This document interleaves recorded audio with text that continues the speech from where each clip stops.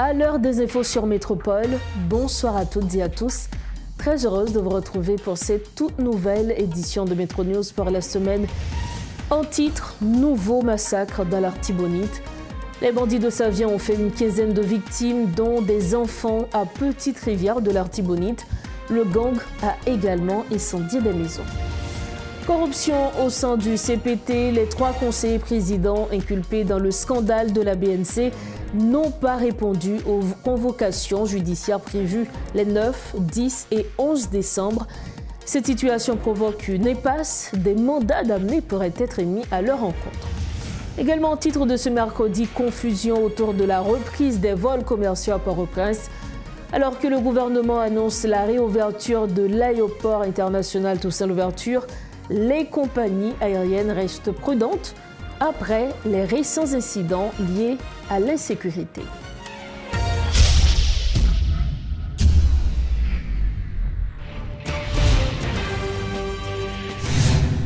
Bienvenue à tous au développement des titres de l'actualité. On démarre donc ce journal par cette situation tragique.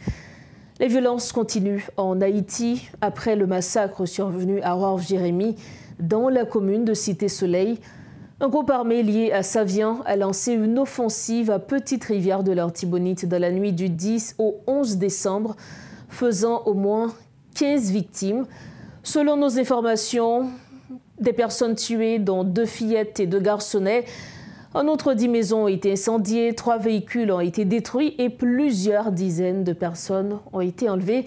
Il est à noter que les forces de la police nationale d'Haïti, avec l'appui de la mission multinationale, ont récemment repris le contrôle du commissariat principal de la commune, une action qui n'a pas freiné les attaques des gangs armés.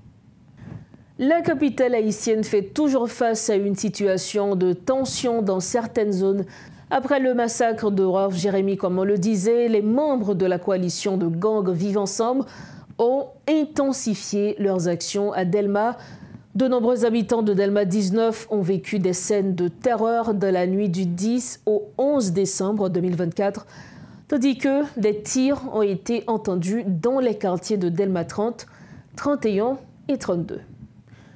Toujours dans ce chapitre, plusieurs bandits ont été tués lors d'échanges de tirs avec les forces de l'ordre, notamment dans le bar Artibonite, a précisé le porte-parole adjoint de la police nationale d'Haïti.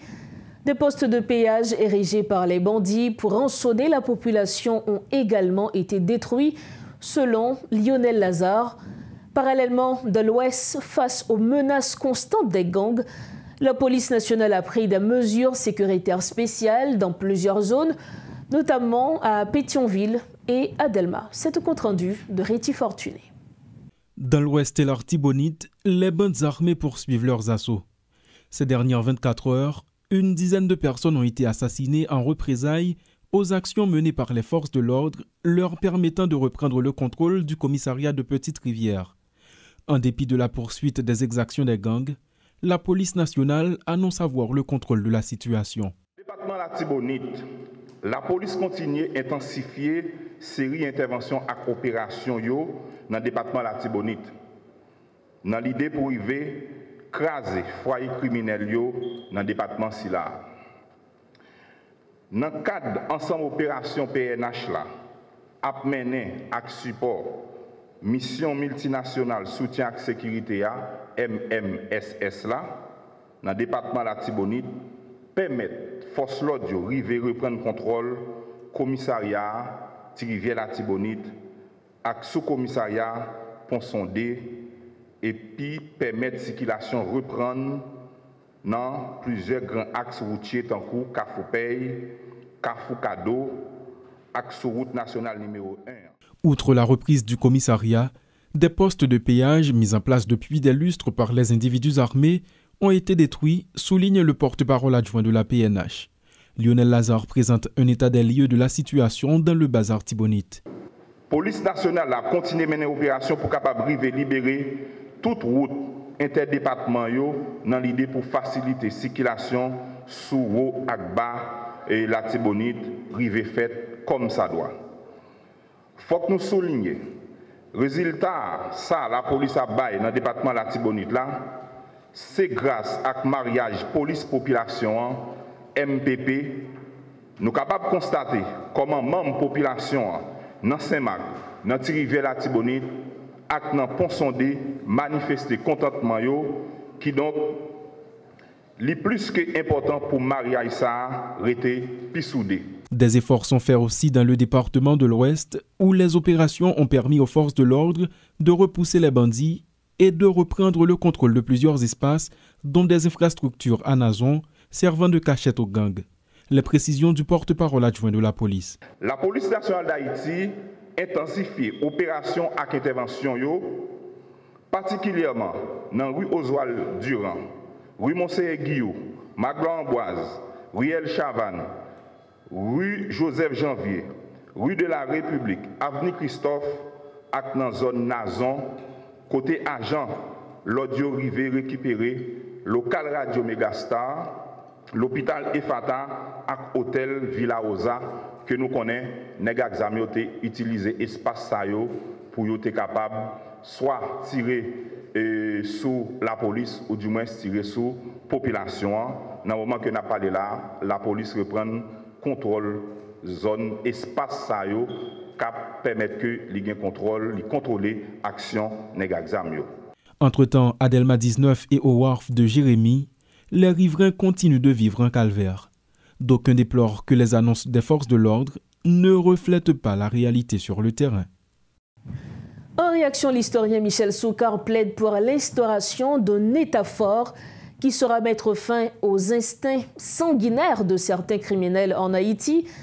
Invité à la rubrique Le Point ce mercredi, il a estimé qu'il fallait en finir avec la démagogie et civiliser une fois pour toutes des gens capables de perpétrer des massacres comme ceux de Pont-Sondé ou du wharf Jérémie.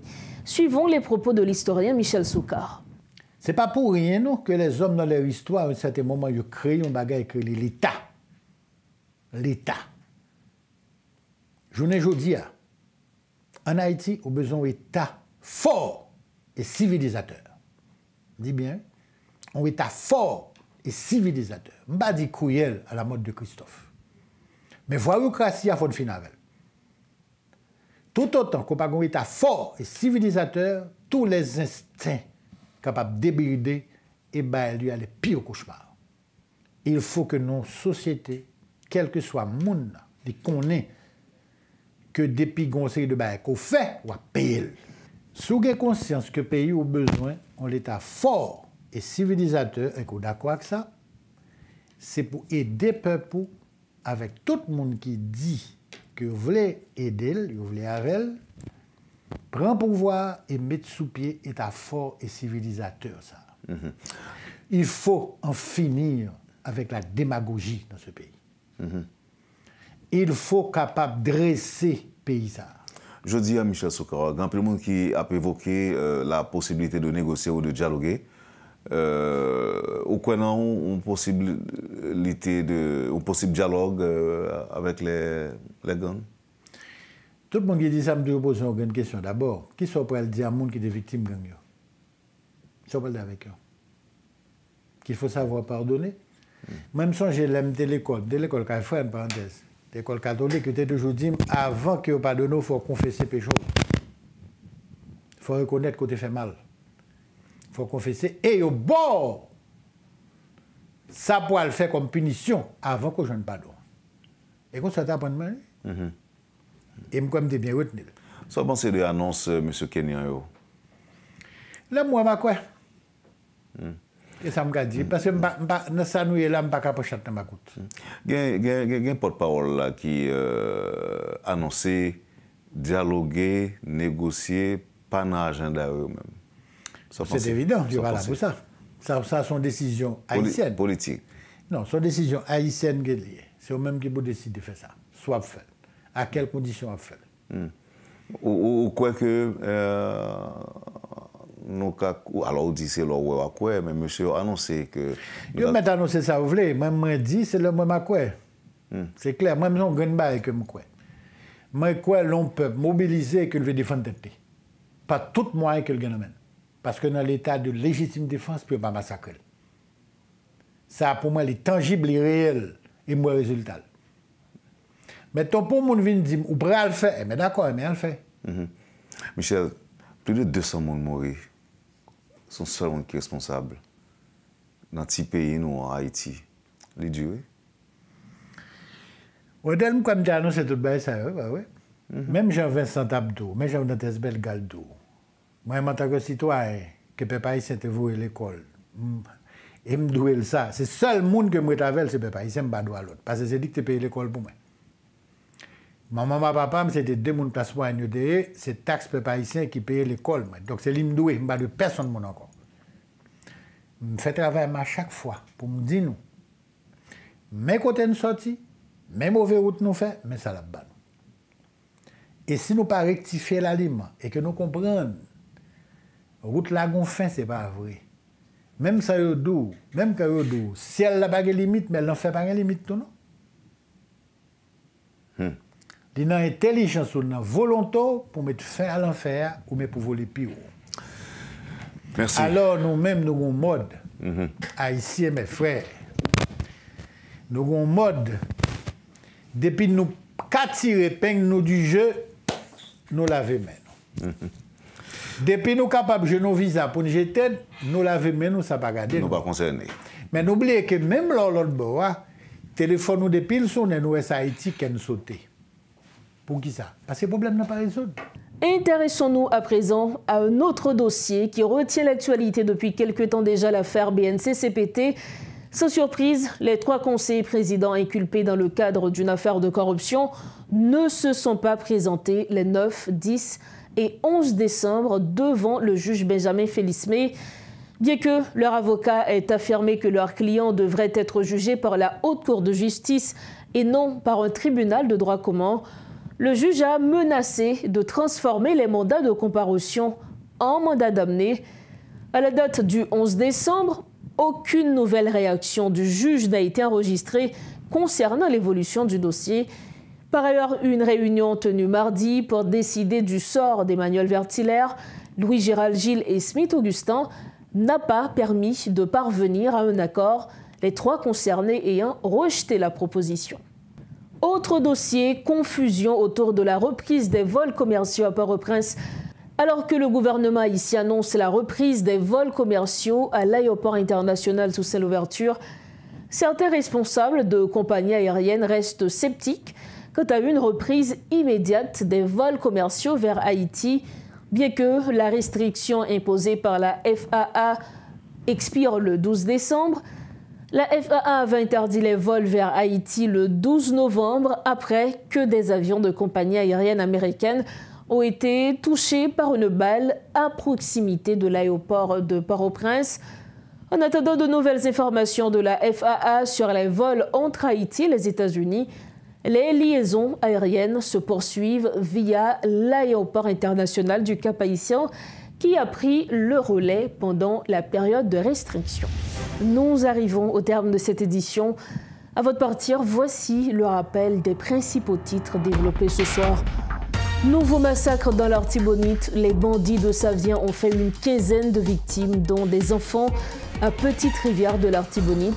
Le gang a également incendié des maisons. Corruption au sein du CPT, les 3 conseillers présidents inculpés dans le scandale de la BNC n'ont pas répondu aux convocations judiciaires prévues les 9, 10 et 11 décembre. Cette situation provoque une impasse. Des mandats d'amener pourraient être émis à leur encontre. Et puis confusion autour de la reprise des vols commerciaux à Port-au-Prince. Alors que le gouvernement annonce la réouverture de l'aéroport international Toussaint Louverture, les compagnies aériennes restent prudentes après les récents incidents liés à l'insécurité. C'est ainsi que nous refermons notre 3e édition de Métro News pour la semaine. Merci infiniment de votre attention et de votre confiance.